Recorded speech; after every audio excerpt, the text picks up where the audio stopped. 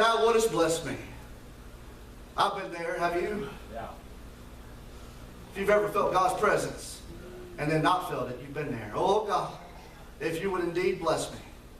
I'm not asking for money. I'm not asking for personal gain. I'm not asking for a job promotion. I'm not asking for this. I'm not even asking for you to help me in my health. Oh God, if you bless me. What does that mean? Now, we have a misconception of what blessed means. Just because you got things and you've acquired some things and you work and you got things to show for it, that don't necessarily mean you're blessed. There's a lot of Hollywood that's got things. Amen. Bless me, Lord, down inside my heart, down inside my soul. Let me feel you. Let me know you. Let me hear you. Bless me, Lord. Oh, that thou would indeed bless me. That's what he's saying this morning. Jabez wanted to be restored. He said, enlarge my coast. Lord, I'm looking for it to happen. That's the next thing we've got to get ready to do. Look for it to happen. God wants to use us for his purpose.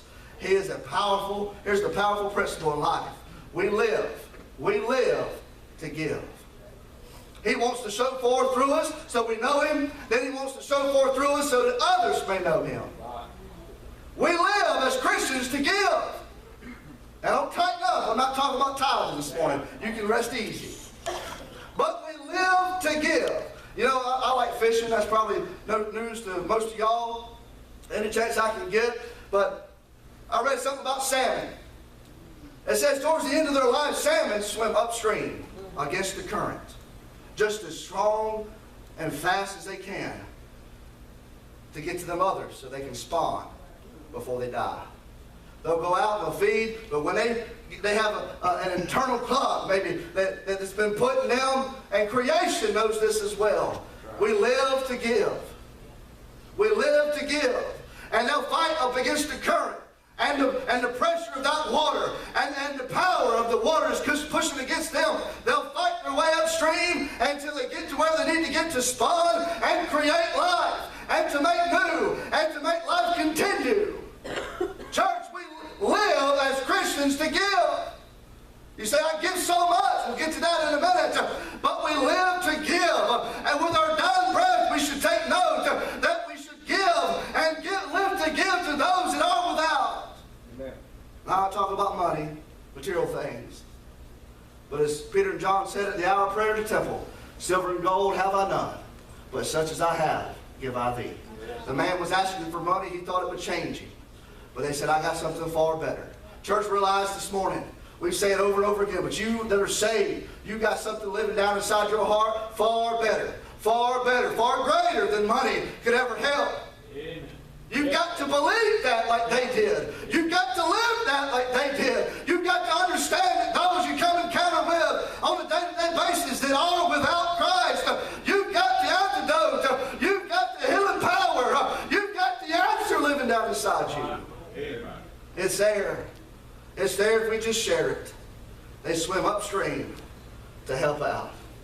Secondly today, what do we got to do to grow? What do we got to do to get restored? What must we do to get restored? We got to stretch our commitment. Stretch our commitment.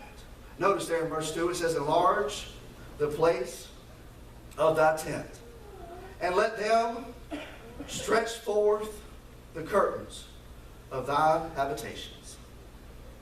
If you want to grow, you got to stretch. Say, well, I do this already, and I do this already, and I've already do so much.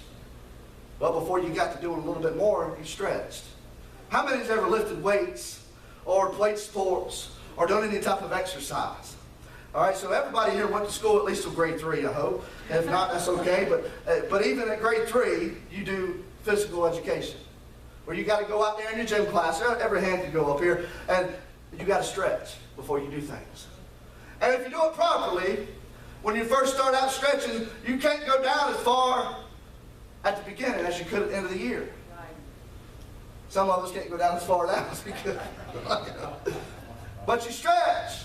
When you play sports, you got a routine. You go out, you might run a lap, but then you all line up in a circle or lines, and you begin to stretch. And maybe the first practice of the season, or maybe the first day of school, you couldn't go but so far. But then you can go a little further. And you can go a little further. What's happening? That muscle's being stretched. And do you understand that in order to grow,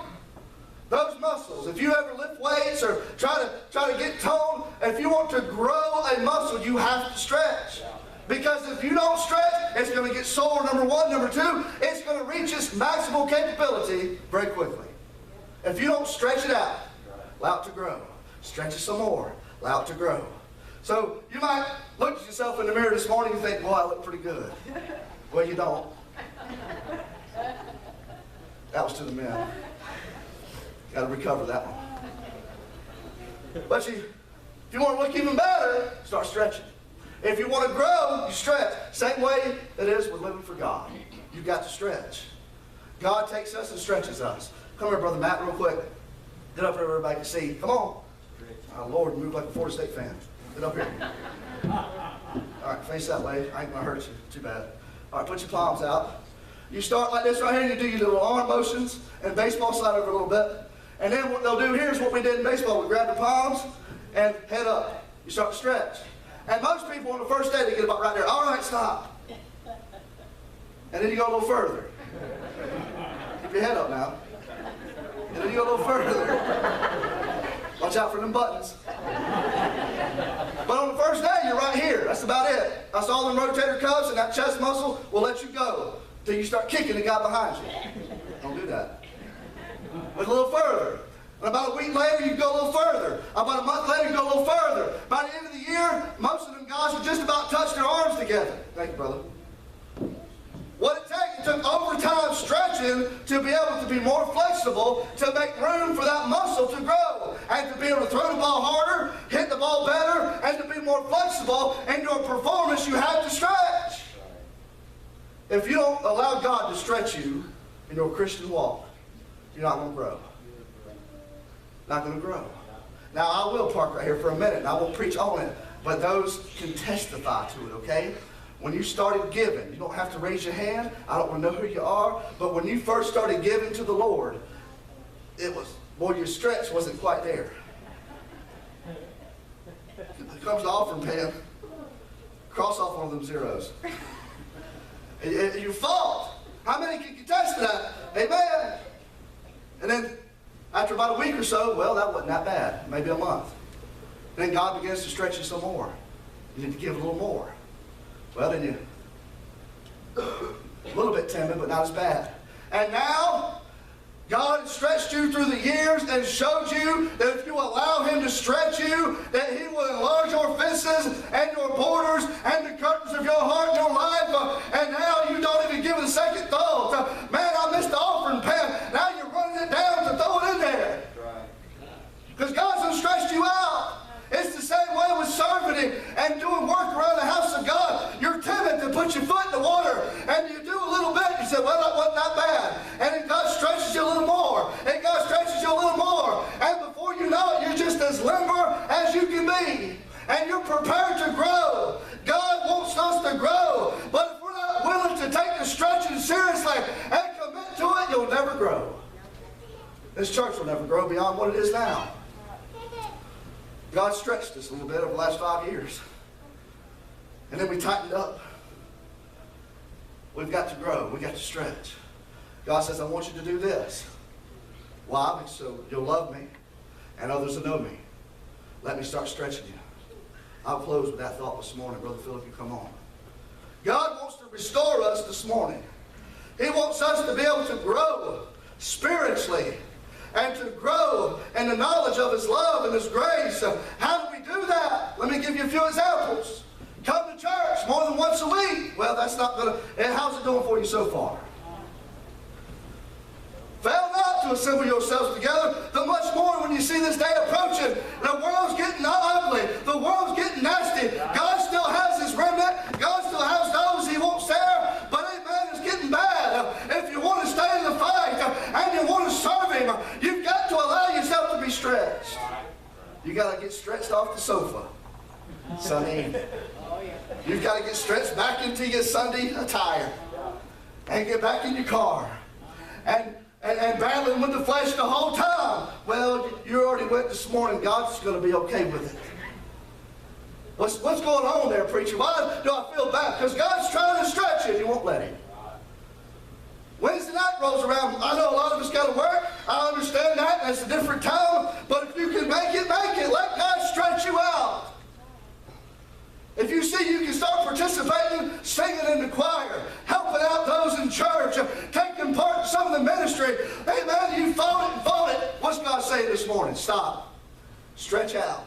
Get ready to grow. Because if you'll do that and you'll get prepared, I'm going to pour it on you like you've never seen. I'm going to open up the walls of your heart and your mind like you've never seen. He wants to do that this morning. Take that step. Start stretching.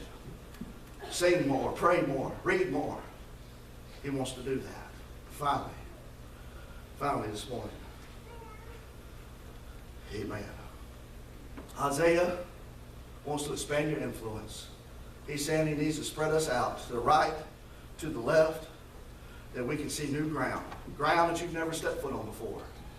Some of y'all has been saved for a while and you've allowed God to stretch you out and to expand your way of thinking in your heart. Amen. You've seen new ground that you never would have imagined. But in your life, what are you saying, preacher?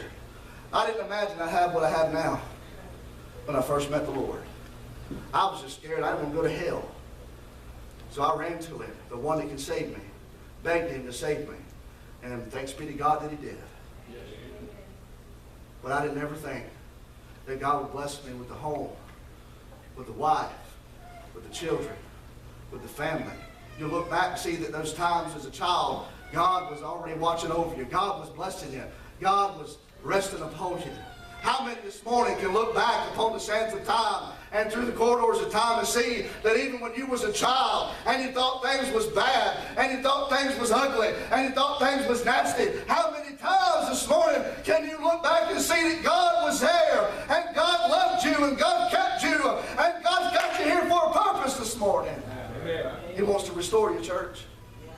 The only reason we don't grow is because we won't allow God to stretch us. Simple as that. Let Him stretch you this morning. As they begin to play, they get a song. I challenge you this morning. Start by stretching the legs and walking down to this altar and asking God to restore you. Asking God to give you the faith to believe that He's about to pour it on you like you've never seen. Jabez's prayer. I believe we ought to pray that way this morning.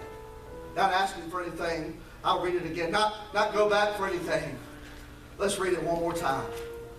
Jabez said, and called on God out of Israel, saying, oh, that thou wouldest bless me indeed, and enlarge my coast, and that thy hand might be with me, and that thou wouldest keep me from evil, that it may not grieve me. And God granted him that which he requested. Why did he do it so fast? Because he wasn't asking in a self-centered way. God, I want more of you. God, I want you to pour it on me. God, I want your presence in my life. God, I want you to be around me. How many this morning will say that? God, bless me. God, fill me up today. As we stand, step forward today. Take that first leap and stretch out. Come to the altar. Go ahead. Altars are open.